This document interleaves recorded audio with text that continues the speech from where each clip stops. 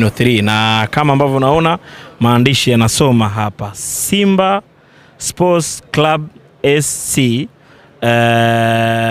Jairut ndio habari ya mjini.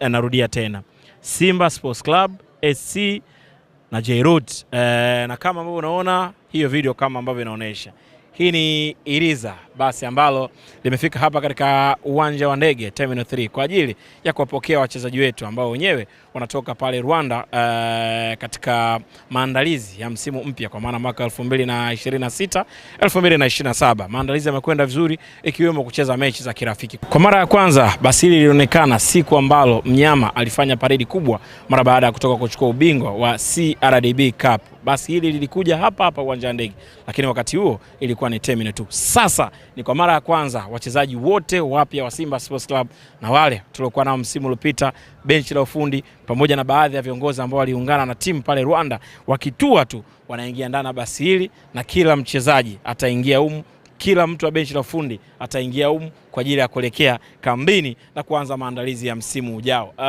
Basi limepambwa vizuri, limewekwa vizuri hapo juu Simba Sports Club. Mstari unaofuata ni Betway, wadhamini wetu wakuu. Kushoto kwangu hapa kuna nembo ya mnyama Simba Sports Club iko vizuri.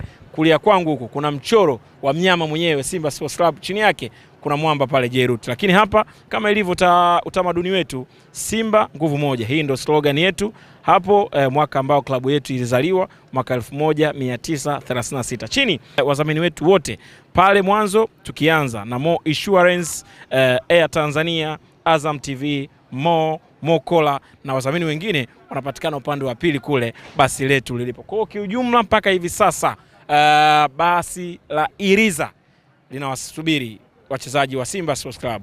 Mara baada ya kutua wataingia katika basi hili. Kiujumla hadi hivi sasa basi la Iriza linawasubiri benchi la ufundi chini ya kocha Steve Baka. Mara baada ya kutua wataingia katika hili basi, moja kwa moja wataelekea kambini kwa ajili ya kukamilisha maandalizi hapa na pale yaliyobakia, na wachezaji wote tutakwenda kuwashuhudia siku ya tarehe 8 ya mwezi wa 8 mwaka 2026 katika uwanja wa Uhuru, siku kubwa, siku ya Simba Day. Wachezaji watawasili wakiwa ndani ya basi hili ambalo hii leo limekuja kuwapokea hapa katika uwanja wa ndege Terminal 3.